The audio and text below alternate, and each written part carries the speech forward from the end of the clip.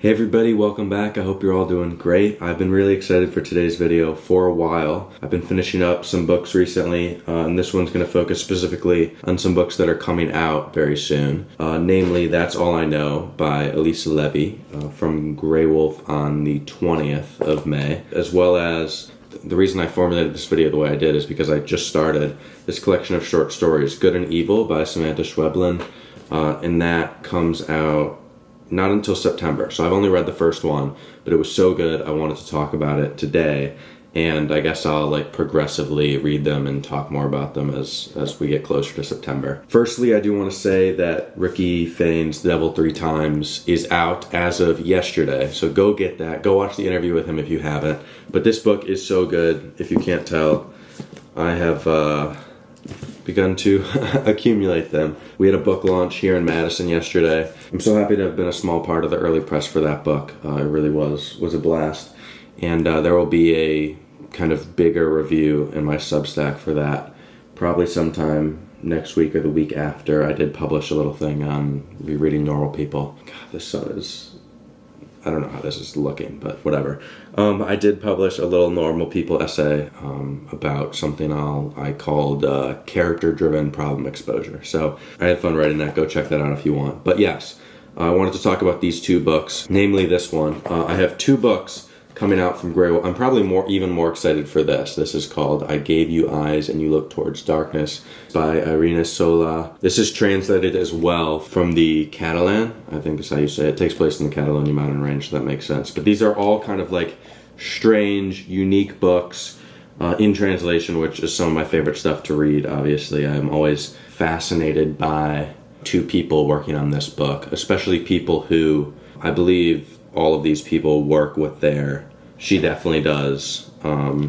She translates from Spanish to English, so she definitely knows. So some of these people are working together. It's not just you have a translator and they're kind of doing everything. So that's kind of interesting. But yeah, so anyway, I'm really excited for that. This comes out in June, and I will talk about that very soon. I'm probably going to write about this one as well. But That's All I Know. Definitely one of the most unique books I've read this year. It is about a 19-year-old girl in rural Spain. The way it's kind of described is the end of the world, if that makes sense. She lives at the end of the world. There's also a little play with that because the book is kind of building up to the actual end of the world, which a lot of people said was going to be 2012. I think that's when this book takes place, although it doesn't really matter. It could take place anytime. And so at the end of the year, she's describing, Little Leia is her name, at the end of the year she's describing the whole town expects the world to end. And then the town's also at the end of the world, so there's that's a kind of playful thing. And one of the driving, you don't really know what the end of the world means. And she's coming to a conclusion about what the end of her world is and where she needs to be as she moves through the book. But essentially, the book is, there's a forest where she lives, and the idea with the forest is if you go in, you're not coming out. So people stay out of the forest, animals go there and they die, people go there and they're never seen again. And I guess that's not actually true, because some come out, because that's what they're hoping is going to happen to this guy's dog. So a stranger shows up, and his dog has gone into the forest, and he's about to go in, and Little Leia is right there. Her mom's called Big Leia, which is why she's called Little Leia. And she says, don't go in. It's too dangerous. Either your dog's going to come out or he isn't. I'll hang out with you and tell you my life story for 150 pages, which is actually, it sounds like a really quick read. And it is. It's not long, but it's deceptive because everything's written in blocks, right? You're not, there's no... Oh, the writing style is so interesting, but I'll get into that later. It's not dialogue, but I mean broken up. It's blocks of text the entire time. But yeah, so she's I'll wait with you, I'll tell you all this stuff. And she begins describing relationships with her friends, with the boy she really likes who doesn't like her, with the boy she doesn't like who really likes her. She talks a lot about Marco's, the second boy is Marco. She talks a lot about Marco's weed and how they smoke it because it's the only thing that seems to settle them. I get the thing on the back of the book says, a radically countercultural breakout novel about the restlessness of youth in rural Spain. So there's totally a restlessness as youth. But again, youth is a generalized thing. It's not necessarily the case with everybody else around her. There's takes on masculinity, what it means to have, she kind of sees the way certain boys have transformed from one way when they were very young to, you know, she describes them as like, I don't think bloodhounds is the actual word, but like they're angry and they're mean and they're, you know, they do their work on the farm and they, you know, kill like, so it's, there's so many different takes she has on so many different kinds of people. It feels like every character is extremely differentiated, which is something, again, that you miss a lot in certain books now. But the biggest relationship she has is with her sister Nora, who, I guess the best way to describe it is like she's kind of trapped in her own body. And that's a realization that little Leia is coming to across the entire novel. You know, ever since she was young, she's older than little Leia. Ever since she was young, she hasn't been able to speak. She can't really move by herself. They don't know if, like, she can really understand what's going on, if she can hear them even, really. And little Leia feels an obligation to both her sister and her mother, because her mother's stuck taking care of Nora, and Nora is a lot of work, and her mother's a bit resentful, and she's trying to figure out if her sister's happy, if she's capable of happiness, if she's just completely trapped, like what's really inside her head. That's a huge tension throughout the book. But again, like, there's only like the 4 or 5 people around her age that she describes are all there is, because this is an insanely small town. So there's a couple big events, things like the end of the world festival, where, you know, they've decided that the world's going to end.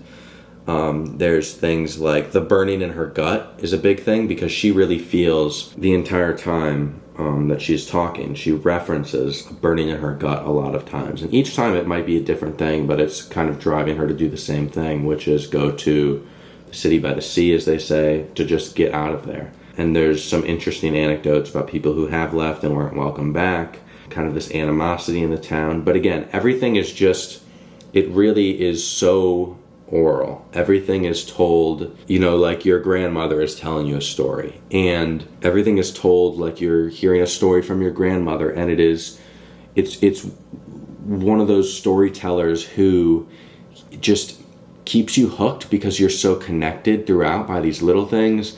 One that comes to mind is when things happen in this town, they happen in pairs. There's like at least 6 or 7 events or anecdotes throughout the story where little Leia references that. She says like that thing, when things happen in the town, it happens in pairs. So Javier did this, and then I did this. And so like there's that thing. There's a bunch of examples of that. Again, ideas she keeps coming back to, like the burning in her gut. And then of course what's really happening this whole time is she's trying to stop lying to herself by telling this man the truth. So what it means to leave people who are depending on you, what it means to do the hard thing because you know that's what has to be done, what it is to live in a place where the thing you're sure is love does not exist, what regret really looks like. I mean, it's so full, and the way that it's told is what allows for that. And so what I was going to say is, you know, everything is dialogue. So it's not, there's no like quotation marks around anything. Basically, it's all dialogue, and the only time that you can tell that she's describing like the present moment is when the paragraph breaks off and she's like, well, the man looked at me and said that, or, you know, the man was doing this, and then she goes right back into her story.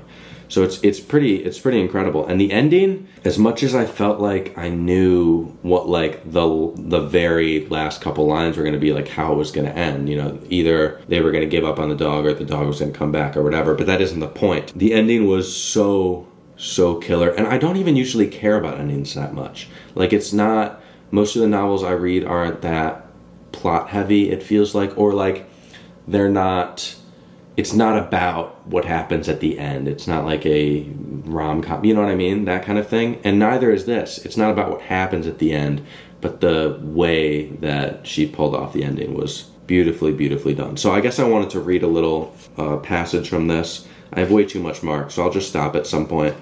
But this is just talking about somebody in town named Esteban. And this is a good example of how little Leia talks and whatever. So yeah.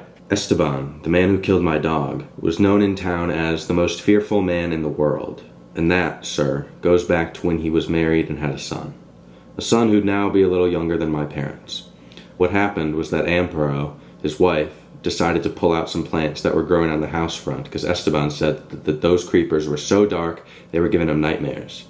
The plants were as black as can be, sir. So one morning, she left her little boy, Esteban, playing with the wet sheets hanging in the yard, and started removing the plants. And that evening at dinner, Aunt Perot said she had a strange feeling in her legs, and not long after it spread to her arms and then her throat. "I can't breathe, Esteban, I can't breathe," she said to her husband.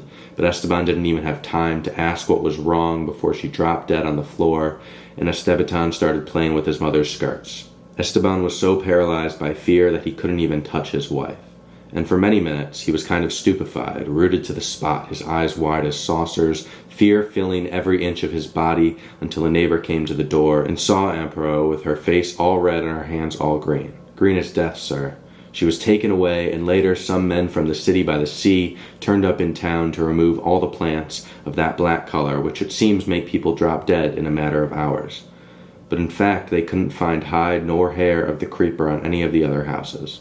The turmoil went on for months, sir, because Amparito was much loved, and the neighbors never ceased to comment that if Esteban hadn't been so afraid, his wife might have been saved. And the gossips began to say that although he was a grown man, Esteban still suffered nightmares that made him wet the bed, that he was even afraid of rabbits, of swallows, and of tall trees. "Esteban is the most fearful man in the world," someone said. After that, when he'd gotten over the upset, Esteban tried to prevent anything so much as touching his son. No way was the child going to suffer the same fate as his mother. He used to carry the boy around with him everywhere, wrapped in a sheet, strapped across his chest.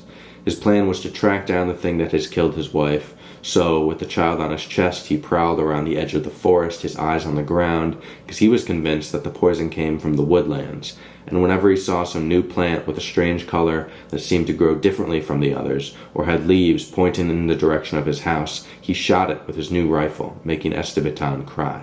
Eventually, sir, life became an uphill struggle for Esteban, as he started to fear things that aren't the least scary. Not a day passed without his being frightened by the speed of cars or of hares, and he was a bit trigger-happy. He used to kill dogs, thinking they were wolves. Like he did my dog, sir. "You'll end up killing your son," they told him, so his greatest fear was of himself and his inability to put his rifle down. He soon gave up on his search for the poison ivy, and, with the gun always resting by the door, dedicated himself to raising Esteban, who was growing taller and taller. So that goes on for a few more pages. So I guess I'll just stop there. But, I really, really love this book, and I'm so excited by books that are doing something that's incredibly unique, but also incredibly rooted in what seems to me to be, the history of great literature in terms of the way it explores. I just love the way that Levi went about this book, and the translation, I obviously can't compare it to anything, but it's fantastic. Not only is the writing beautiful, as you just heard, but the story's marvelous, and so I think it completely hooked me, and I'm really, really excited about this book. Again, I'm not being paid for any of these reviews or anything, so I'll give you my honest opinion on any advanced books, even if I get them for free or whatever. But this is one that, I'd recommend this. And Grey Wolf is doing some awesome stuff. Easily my favorite publisher, just in terms of what they're putting out, because a lot of times, once you're a big name, if you're writing great stuff and you become a big name, as like Percival Everett did with Grey Wolf and moved on to Penguin and whatever, obviously there's more money with certain publishers, and obviously big names can get published anywhere, but there are certain presses that are finding really unique and really spectacular voices in fiction that are not merely like, oh, this is, what's in right now, so that's what we're going to publish. It's, this is quality, and that's what we're going to publish. And I love the translated fiction they do as well. But there's about 3 or 4 other Grey Wolf books that are, obviously I have a ton of their poetry, but 3 or 4 other Grey Wolf novels that I have on the list to read this year. If an Egyptian Cannot Speak English. There's also this story, this novel and stories that I'm blanking on, and then I gave you Eyes You Look Towards Darkness. I'm reading Maggie Nelson right now, they're great.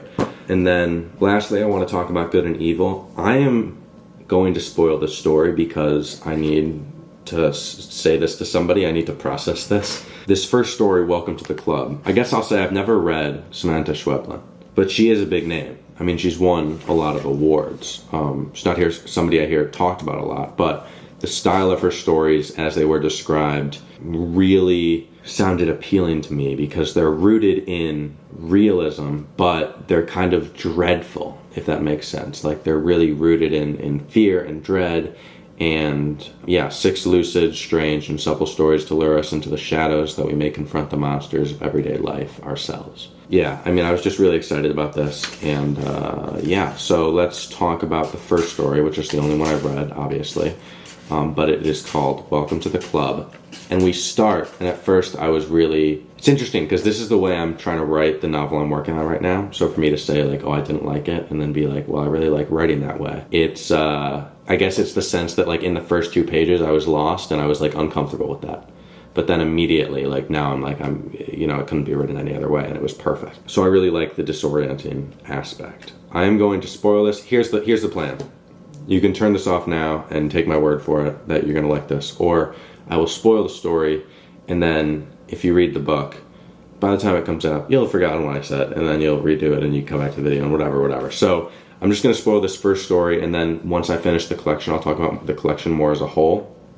But this is what I'd say. So we start with a woman who is underwater, and she's brushing up against algae, and we're not really sure what's going on, although there's a bag of rocks tied around her waist, and she's considering whether to pull the knot and send herself back up to the surface. And I didn't know what was happening. I was like, is this some like army training, like what's going on here? But it became clear that she was attempting to drown herself. So she decides to pull the knot and to go back up to the surface, and she gets out, and she's really, she like doesn't have a heartbeat, she's like losing it, she's really in that state of distress that I love to read about. It doesn't really make me uncomfortable. It makes me feel closer to the character, identify with them, and I don't know, it hooks me in a way. I've used that word 1,000 times today, I don't know why. But she goes back, and she's got 2 kids, and she's got, I think it was 2 young daughters, and she's got a husband, and she goes back and she's like doing her thing as a mom, whatever it is, like that night. Or like having dinner or whatever, and you're kind of like, what just happened? Like she pulls algae out of her hair at one point, so that like what happened did just happen. But she's kind of interacting with her kids in a way, I guess they like brought home this rabbit from school. It's their first, everybody has to watch the rabbit for a week, so they're watching the rabbit this week. The husband says, don't open the screen door or the rabbit's gonna get out. She's pretty disoriented, so she does open the screen door, the rabbit does get out. They have to do this whole chase down. But they walk past this neighbor, and the neighbor likes to hunt. That's all we kind of hear her say. The way this is told is in present tense, but at times she says, I remember, which is super interesting. At first I was like, what? But it's present tense, told from the perspective of somebody who's already lived it, but is so deeply immersed in this story that it's as if it's happening to them again, which is really interesting. So she'll say something like, I wish I'd go back to when I thought all he was doing was hunting. And you're like, what? And then she just goes right back into the present tense of the story. So that's really interesting. But the neighbor hunts, and he says something weird to her. She runs home. She's like, what the hell? She goes back out to find him, and he's basically like, yeah, I saw what you did this morning. And he's basically telling her that if she wants to stay alive, she has to understand how, well, first, somebody knows what happened, so that's not good. And he might be a little crazy. And he tells her that she kind of has to feel pain if she's going to stick around. She has to understand the pain she would inflict on her daughters if she were to, like, them growing up without a mother, the guilt they might feel. He says, you need to feel guilt. So I guess he's, like, skinning a rabbit or something, and he's describing how, like, killing and hurting animals is, like, not easy for him. It's, like, almost painful, but he like needs that. It's like really creepy in a way. And so she goes home, and of course her kids have a rabbit, and yeah, I won't say what happened. She doesn't end up hurting the rabbit, but it's this whole like, I guess I did just say what happened, whatever, but I've already spoiled the whole thing. So, but there's this whole moment between her and the rabbit when they're like making eye contact, like soul to soul, like she's staring at the rabbit's soul, the rabbit's looking at hers, nobody's moving, and it's this crazy moment. And again, the ending is just beautiful in the sense that that's the one thing, you all of a sudden question everything that happens, I guess, if it all did happen. But such a good story. I am so excited for I mean, so excited. I've already read it, but like these are both great books, both coming out. I'm very excited to get to the rest of this. I'm super excited for this. These were both translated from Spanish. This is translated from Catalan. I'm very excited. I'll talk more about it when we actually do it, but you should look up the description for this book because it's insane. Like, in her first book, When I Sing Mountains Dance, won a ton of awards, so she's obviously a very strong writer. And I will say they're both poets as well, and you can certainly tell in this book that Elisa Levi is a poet. So yeah, I was really, really happy to read these recently. I finished up my semester. I'm getting to like books I'm enjoying, and then also like my research on Chicago and urban literature. But yeah, I hope you guys enjoyed the video today. Sorry for the weird lighting across. It's like the sun is setting and all this stuff. So I'll be back very soon. Check out the Substack if you haven't. Check out the interview with Ricky and go get that book. And thanks so much for watching. I will see you all next week.